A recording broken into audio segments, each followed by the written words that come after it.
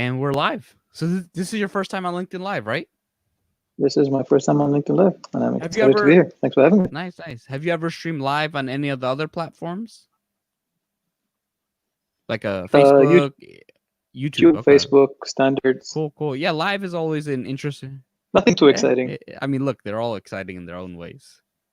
So cool. I mean, how's sort of how so Yeah. where are you located? Where are you based out of? So we're in Dubai, United Arab Emirates, Nice. other side of the world from where you are, Middle East, Yeah. which ironically is one of the safer parts of the world right now. Yeah. It's interesting how the world works. So cool. We if you're in the comments, feel free to ask questions. Feel free to ask. And today's topic, we're gonna focus on the gig economy, right? That's something that's growing, something that's going to continue to grow, and it's something that you really want to at least make the most of or consider, right? Whether you're doing a little on the side, whether you're using it for a business, or whether you want to use it to go full time in what you do. Hey, what's up, Sumya? Nice to see you. Uh, so I mean, how'd you like? Why is the gig economy so important to you? And so, yeah, So I think one of the biggest issues with a lot of businesses face is scalability, and yeah, if they're not positioning themselves to take advantage of rapidly changing circumstance, they're going to yeah, get stuck in a really bad rut, in a really bad and really difficult place to get out of. And one of the biggest issues for pretty much any business, right, is hiring good talent. yeah, It's expensive, it's unreliable. There's a lot of trust that goes into it. Now, what the gig economy does is it shortcuts that. So, I, as a business owner, want somebody who is uh, great at design. Now, I deal in hardware. I have no idea what design means, okay? Or I need a website. I have no idea what it takes to make a good website. So if I were to hire somebody in-house to do it for me, the chances of making mistakes are huge. But if I get somebody who's tried and tested, does this yeah, a full-time thing for themselves, it's a lot safer. And what that does is it shortcuts one of the biggest barriers to scale. That's what yeah. I think is very exciting. No, that's cool. So someone asked, "What is the gig economy?" So that is a gig. Think about it. If I tutor, right? Whether you deliver for these apps, whether you do graphic design, whether you do a few hours, like for example, mine is technically the gig economy, right? I do resumes for people. That's through that's part of the gig economy. What's up, Demetrius? Hey, what's up, Usama?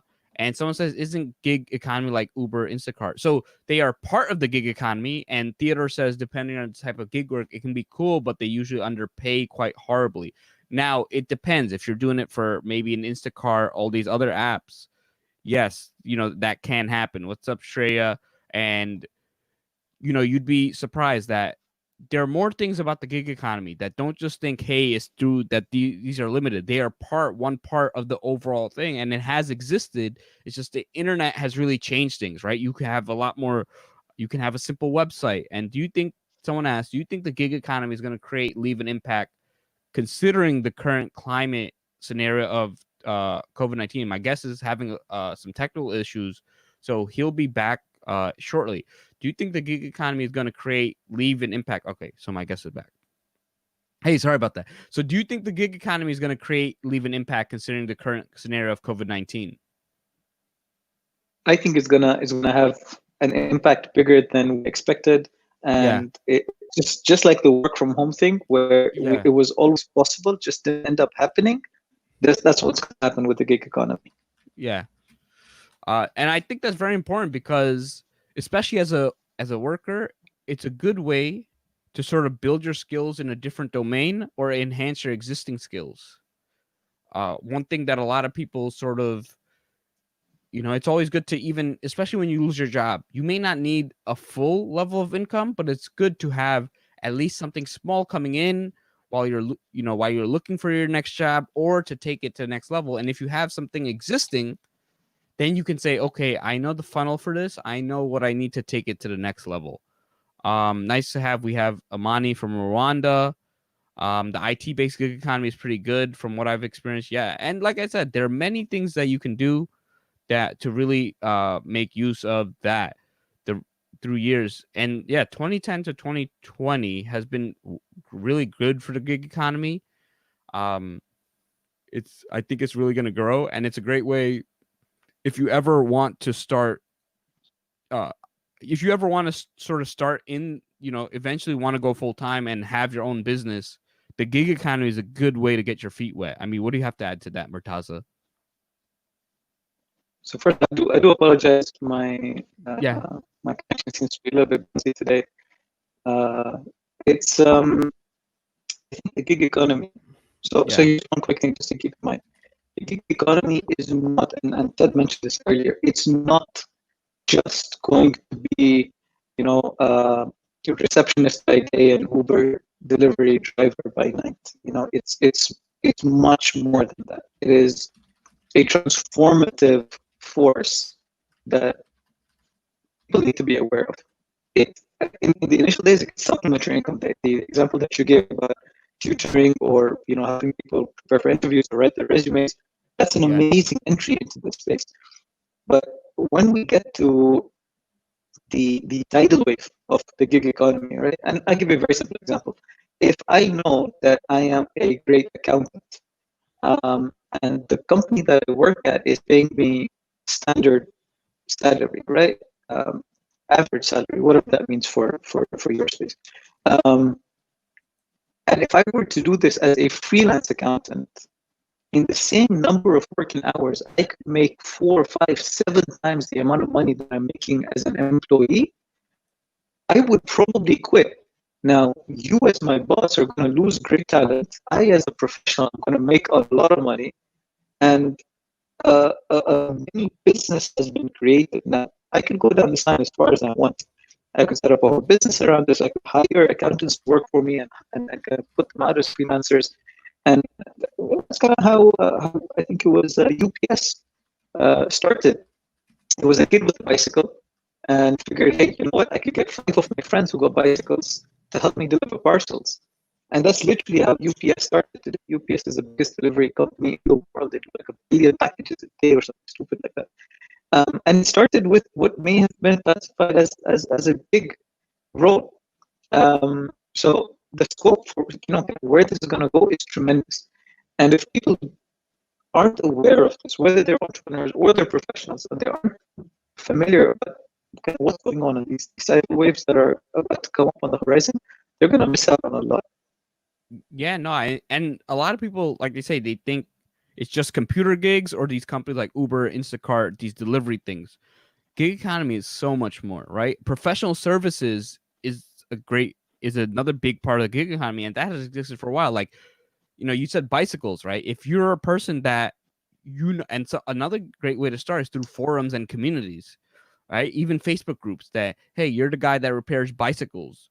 You're the accountant who does a few, advises a couple of companies on top of your business. And I'll say that when you're working for your own company, you're not dependent on this income, right? When you're not dependent on the income, you can really experiment with prices, right? Because if you're really dependent on income, then you have to be like, oh, I have to get it. I have to get it.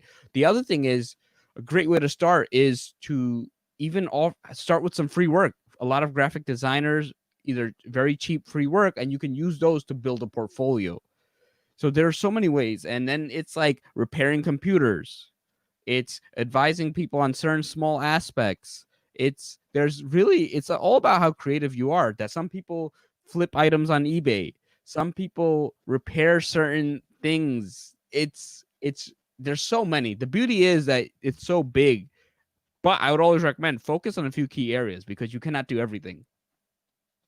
So that's focus on a few key areas, understand kind of what it is that you can bring value to and what you can charge for. Yeah. Because one of the biggest risks of going down the route of becoming a freelancer is your income is now directly tied to your time. Yeah. So the more time you're spending trying to get business, working on the back end, doing all your admin stuff, it's time that you can't bill. And if you can't bill, you're not making money, you suddenly start hitting a ceiling. So what you said about experimenting with prices is very important. I know, I'll give you my example, right? So I run a business coaching company. And today it's a firm. We have a team of coaches. We work with organizations, etc. But when I started back in 2010, 2011, when I started this in the UK, it wasn't a company. I was a freelancer, particularly in my first year until I figured out I was losing money on tax by not being registered. I was doing it as a freelancer, and I was charging maybe 10% of what I'm charging now, but that only came up because I was bold enough to get out and say, actually, you know what? I'm gonna double my prices. And clients bought. I said, well, you know what? This is cool. I'm gonna double my prices again. And clients bought. Now, of course, it's the value you add. If you put a ridiculous price tag, somebody might buy, but then you gotta deliver. So you gotta make sure that you're not scamming anybody.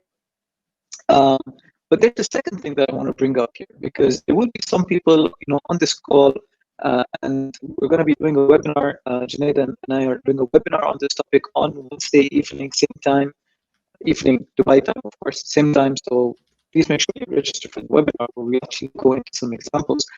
But I'm sure there's going to be some people here who have some, pretty big ambitions, and you can only become so big as a freelancer.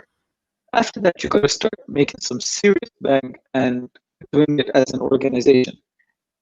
There will be a huge demand for freelance talent. And anytime there's a big demand, one of the immediate businesses that start creeping up there in terms of importance are marketplaces. So Elance or Gigworks or Fiverr, which is the place where all these freelancers get their work, Fiverr probably makes more money than most of the freelancers on their website. Elance probably makes more money than most of the people on their website.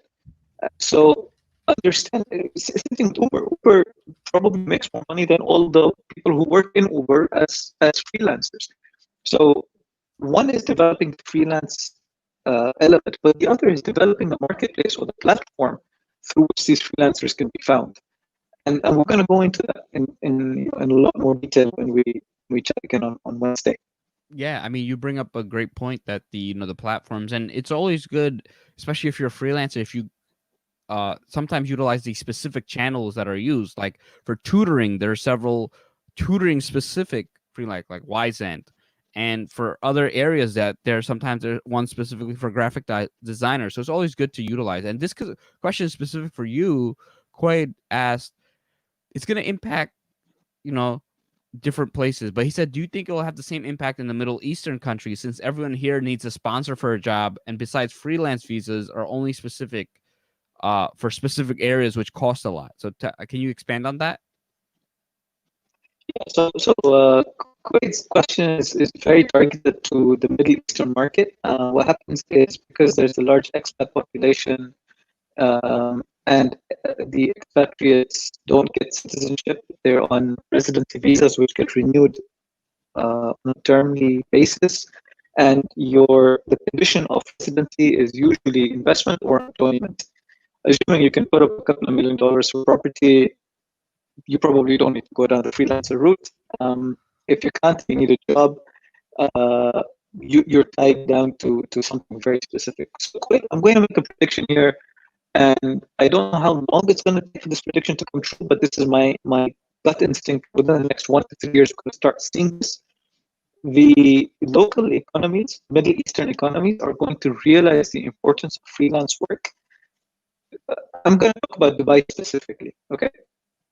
I personally think Dubai is the best place to live in the Middle East, and definitely among the top maybe 10 best places to live around the world. It's just such a beautiful place to be. I want to live in Dubai, and if I live in Dubai and I have money, I'm going to contribute to the local economy. So the government wants me to live here. If I say, guys, I'm doing my own freelance work, And either you allow me to stay here legally, or you know what, I'll go to the next place on my bucket list. I'll go to Bali, I'll go to London, I'll go to New Zealand, and I'll do exactly the same thing over there. The government doesn't want to lose that. So they will probably start easing up a lot with regards to these freelance visas and how kind of the restrictive nature that they have right now. Um, Typically, and again, historically, freelancer visas in the Middle East were usually used for people to park themselves here while they were looking for a job. So they'd pay the government fees to get a visa, freelance visa, and then spend their entire day looking for a job. But now we're going to start seeing these freelancers actually contributing to the economy in a very significant way. I think this is going to start changing. So the answer to your question, give it a little bit of time. You'll see this change happening. Yeah, it's just one of those things that you sort of it's affecting, right? It's just changing, that it's part businesses really need it. And even as a freelancer, you can have other freelancers who do perform certain services, right? Because if you're very good at graphic design, maybe you can have someone who gives you leads and you give them a percentage, right? You can have someone who does the admin work. You shouldn't do your own accounting, right? So your accountant can be a freelancer, right? So it's very important. And then Anna brings up a great point that, in the US, a lot of these large companies, freelancers are gaining additional rights too, because sometimes these companies sort of take advantage of their freelancers. So that's important. And then Michael asks, COVID has created an entire new economy, the work from home economy. Do you think this has shifted the industry structure of freelancing or the gig economy in a good way, maybe expanding or increasing the rate of growth as more people are going to be working from home now? I think that it's really shown. I think one thing that a lot of people realize is that their job is not as secure as they always think it is, right? There are companies you see who have been doing well, or they say they were doing well, and all of a sudden they are bankrupt and you're furloughed. And people are like, wow, and it's becoming tougher and tougher to find a job because so many Americans are unemployed. So what ends up happening is people start realizing, like, wow, I should have had something. I should have done something on the side to really make the most of it.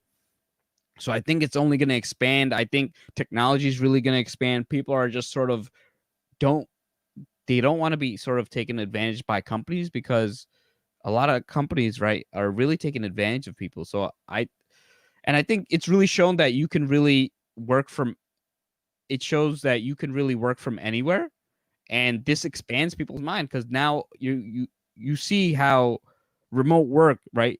Companies were forced to adapt to remote work. And the thing is, there was nothing stopping these companies from doing it 6 months ago to a year ago. It's just these companies were very backwards thinking. So now this situation has forced a lot of workers to really think outside the box, like, wow, I can do a lot of things. And again, the best time to start is while working. There's so many things, because while working, you can really focus on business development and less on income, so that when you are ready to go full time, you have the foundations down, right? It's hard to sort of, like Murtaza mentioned before, the more time you spend on sales, the less time you do work. But you need both, right? You need sales to bring in new business. You need to figure out, hey, how can I be good at sales? How can I sort of utilize my negotiations to really get ahead? So just kind of think about that. You really want to sort of expand your mind. It's something that you want to. Yeah. Are you on now? For now. Okay. Your voice is a lot better. So before it was pretty digital. Sorry about that. Technology and just different places. It's always. That's fine. It's probably at mine. There must be something wrong. Yeah. No. Yeah. So it's like these types of things. It's like people can do art. Etsy is also good for freelance work, right? Because these people sell little handmade things, and some of them, they do it as a hobby, and it's like, look, some extra money. Because look, when you're working full time, an extra $100-$200 a week makes a big difference, and you can sort of use that, build a cushion to when you are. I mean, generally, I recommend, if you're gonna go, try to have 6 months to a year of income, just because it's like, unless you have your sales down, right? But to make the most of it and to not be dependent on other platforms as much, you need to have good sales and negotiation skills. I mean, even if you are using platforms, have very good sales and negotiation skills. The other thing I really want to highlight, right? Let's say you go on something like Fiverr, you go something, right? in the beginning, you can only charge a lot when you have a lot of reviews. How do you get a lot of reviews? By doing work. So build up the reviews and then take on more. You'll get more work. And so you first start at a lower rate. People use you. People rave about you. Then you slowly increase it. And that the beauty of gig economy work is you can fluctuate your prices depending on the market. That, hey, you really need money, lower your prices. If you're flexible, you can raise your prices. So again, you can do a lot of things. And then Marisol says she loves Etsy. And Paul says we've learned more by adapting to technology than we probably wouldn't. And it's just crazy that look, people and companies adapt when they sort of have to. You know, it's probably done. COVID-19 has done more for the work from home economy than ever before, because before they're saying no, they had all these arguments. Now when they're forced to do it, a lot of now employees know, wow, no, it can be done, right? It's another negotiating point. And it's times like this that we really see where the power lies. I am part of a group of businesses. I run multiple businesses, but I will never allow myself to be deluded that I am anything without these people. Yeah. My teams are my powerhouses. And the day a single one of them steps up and says, you know what, I'm not happy, I will drop everything to fix that for them.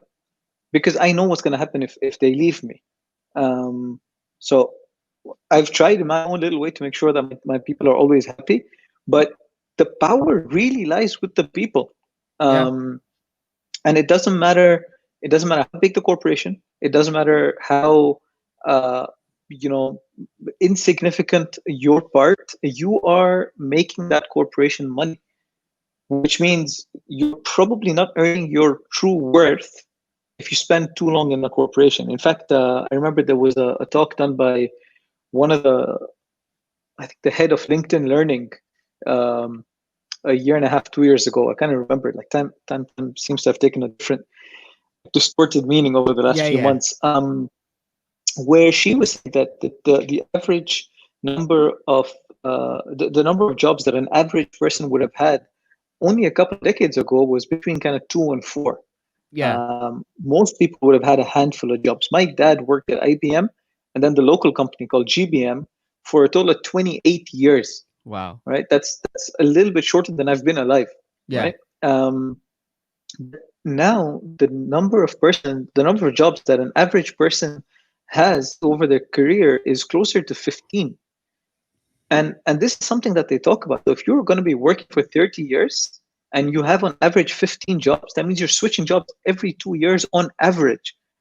And every time you switch, you're going one step up, you're going one step up. Well, why not take one step out and see what you're really worth? Yeah, and you bring up a great point. The people have more jobs now. The other aspect of it is companies are also hiring and firing at a different rate. That they have so much more access to employees, right? Before you have to go old school. They have just more access to talent, just the way job searching has changed. The other thing is mergers and acquisitions are much more common. All right, so this makes a big difference because I've seen people 17 years at a company, they get acquired. Now all of a sudden, oh, the company's moving offices. So you either got to come with us or move. Or they come in, they chop up, they come in and they're like, oh, you get mergers. Oh, the parent company, we already have a team of IT guys. You guys are redundant. And there's so many ways. Or PE firm buys the firm. Oh, company's not doing well. We must fire everybody, bring in our new people. So you just never know. So it's always important to sort of put yourself in a position where you can make yourself just really stand out. And says if you don't have a specialty and have not done an internship, then your chances for employment are nil. I'm just gonna counter that. Job searching is its own skill. A lot of people are bad at it, and networking can sort of get you opportunities that you normally don't have access to. The issue is most people do not network on a regular basis. So what happens is that when they do have to find a job, they're rushing, that they haven't refined the skill. Or the only time, I was just saying how a lot of people network only when they need to, but you have to network years before you ever need to. Because a lot of times, a lot of the things that have benefited me today, I've set these things in stone years ago, and it's not because, hey, I'm gonna contact this guy because I'll need a job from him in three to 5 years. It's, hey, I'll stay in contact. I like him. I like her. They're very, they can help me grow and I can help them grow. And that's how this networking happens. So that 2-3 years later, when I'm laid off or when something happens, I can say, hey, I can reach out to this person. But throughout that time, I'm always maintaining contact. So you really want to make sure that you set yourself apart. And if you set yourself apart, you're gonna really go well. And boom. And Lori says to attain an internship, she went to an industry talk and approach one person. Done. Again, one person can really make the difference. And realize that you can even network online, right? And networking is, so maybe you might want to just switch up your strategy to sort of network slightly differently. That it's always good to sort of pivot, adjust, that they're right things. Or maybe you have to pick up some skills in a different area. They're main things. And yeah, so Michael says, I took someone out for coffee and we spoke for several months. Then he got a referral. And when it came to applying, he didn't even ask for the referral, right? So that's how these things work, that you get laid off and you start calling all your friends, hey, I got laid off, I need a referral, but you haven't talked to them in months or years. Again, it's, look, some of them, if depending on your relationship, they'll be okay, but others will sort of be a little sort of hurt, like, you only talk to me when you need a job. You only talk to me when you need money. When situation is bad, you don't even know that I've had a kid. All these other things. Yeah. Yeah, no, it's so important to ensure that the networking side, and you said it's so important. The networking side, it's so fundamental. It's not, like I say, it's not what you know, it's who you know. Your network is your net worth, and kind of all these cliches, but they are so important. Particularly as a freelancer, I mean, you're alone, whereas before you kind of had that umbrella of the company that was taking care and supporting you. Sure, you may always have been one signature away from getting fired, but it felt like you were safe. All of a sudden, you got no safety. That doesn't mean it's a bad thing. It's on the contrary, it's probably more essential than ever to put yourself out there and be known for who you are, and be that authentic professional that is earning the kind of money that you really, really deserve. And just to kind of expand this, and maybe as a little teaser. So on Wednesday, when we start talking about what the gig economy means, and I can promise you the connections could be a lot better than it is today from my side. On Wednesday, when we're talking about the gig economy, we're going to go far beyond your typical gig work. We're going to be looking at industries which, as of today, are so entrenched in their way of working that when the disruptions come, these guys are completely out the water. We're talking about multi-billion-dollar corporations that they're gonna be looking around saying, "What the hell happened?" And those are the kinds of areas and industries in which the big economy is going to make the biggest impact and bring the most amount of money to the people who are ready to capitalize on that. Yeah, Is no. that the link that you shared? Yeah. Yeah, I mean, you're gonna see even companies are sort of using, especially if you have niche talent. Sometimes the gig economy. I knew someone who sort of makes in the U.S. I mean, this is, again, they had experience in these companies. They charge $150 an hour for PowerPoints. Very, the person's just very good at PowerPoints, the animations, and it's like, big corporation, right? Multi-billion-dollar pharmaceutical company who uses them. So it's like, you just always develop your skills, right? Especially if you get good at something that's used on a regular basis, or if it's not used on a regular basis, but a specific software, a specific skill, a specific machinery. When they need you, right, they're gonna have to call you. Obviously, you are favored if you can do a service that's, especially now more than ever, that's performed remotely. So always think about how you can perform your services remotely. For example, I can do resumes remotely. I can tutor remotely. You can do a lot of things. So realize that, hey, here's a certain level of service to provide. Always realize, what can you provide remotely? Maybe one part of your business you cannot, right? If you have to fix machines, but other parts you can. Maybe you can guide people. Hey, you know what? If you do XYZ, follow these steps. I'll walk you through a video call, right? So many people, right? They have video call that you can do that. And Paul Johnson, let's see what he says. He says, we all have transferable skills that we often forget to tap into. and networking creates opportunities that you didn't know existed. And I think that's so important that as you network, you learn what you don't know. Right? That's something that's Yeah, the most important thing. You don't know what you don't know. But that's why you have to get out there. You yeah, have to keep learning to sort of expand that, because that's why it's like when you are learning something new, there's so many different ways you can go, especially any yeah, topic, right? In graphic design, I'm pretty sure there are softwares that if you're starting, you don't know. Then it's like you figure out the software. Then within each software, they have very specific things you can do. And I know certain people, they just focus on, hey, I focus on even photography. Think about it. That's a gig economy thing. There's food photography. There's headshot photography. There's corporate photography. There's event photography, wedding photography, and they each right are within a branch of photography, but you have to know specific things of each. And the beauty is, let's say certain things have your wedding photographer, that business has died. Maybe you can transfer to just couple photography for the time being because weddings are not happening, right? So you may do, hey, I'm focusing on couple photography. It's again, you really want to just take advantage of the situation, because if you're not, it's just your business is gonna, the world's always changing. You just never know what happens. You never know what's going on. Hey, Atulia, nice to see you. I appreciate all your comments. I mean, I know you have to go soon. Do you sort of have any final thoughts? I just want to give a quick example, two quick examples, just to put some numbers behind some of these things. You spoke, this was an excellent example about PowerPoint being outsourced as a skill. Of course, now PowerPoint is now slowly losing some traction.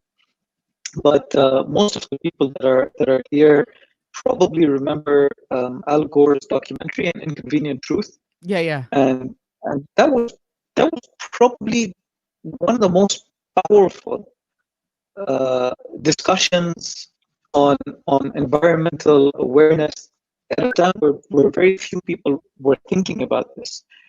Um, Al Gore's presentations, when he was presenting An Inconvenient Truth, was done by a freelancer. Her name is Nancy Duarte, and just check her out, yes, Nancy Duarte, Duarte. Her stuff yeah, is fantastic, and she's an excellent resource if you want to go into the kind of creative side of freelance work. Okay, so that's one. You spoke about photography as a freelance thing. I know this one lady who is exceptionally talented at a whole bunch of things. She started. She used to do photography as a hobby. She then became a destination photographer, and mm, pre-COVID, she would charge something like $40,000 plus expenses to do destination shots. So she would be flown down to the Maldives. She'd be put up at a five-star hotel at the royal suite or the honeymoon suite for like 4 or 5 days. Full expense paid. She takes the pictures. They fly her back. She gives them the pictures. 40 grand in her account.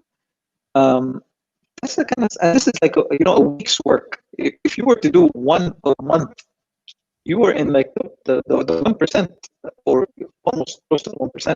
Uh, so it's the kind of it's the kind of niching which is going to make the difference between a freelancer and the go-to guy, the go-to gal, and you want to become that go-to gal. You don't want to become one of the, oh yeah, they're freelancers. They do this on the side. Um, so yeah, look, I thank you for this opportunity, and thank you to yeah, everybody who chipped in with thoughts and comments. Um, Jed, we're catching up again same time Wednesday yeah, evening, yeah, and we're going to go a lot more into kind of how to make this work. And yeah. whoever joins us on the day is gonna experience a little bit of an insight into this amazing opportunity, and see what holds for them. Yeah. So I put the link in the chat. So I put the short link. It's in again 2 days. So 47 hours from now, we're gonna do a webinar that a little more organized, less tech issues, all that stuff. Feel free to message me if you need the link. I'm really excited to sort of do this, and it's something again my business right really utilizes it both, right? The work I do is part of the gig economy, and then I use the gig economy, and I know a decent amount. I know people who are doing pretty well with it. So, I'm super excited. I want to thank you. Drop a heart, thumbs up, clap, thank Murtaza for his time. I appreciate each and every one of you. Abraham says you're live before I go to sleep. So he's in India, I believe. So typically I'm live when it's morning for him. So today I'm live before he goes to sleep. So it's always good. And like I said, thank you. We'll talk about this more. If you guys have any questions, feel free to message me. Again, check out nodegree.com or the No Degree podcast on nodegree.fm. And if you want to contribute to this, feel free to contribute to our Patreon at patreon.com/nodegree. Again, thank you so much for your time. Each and every one of you. I couldn't do Thanks this for having without me. you.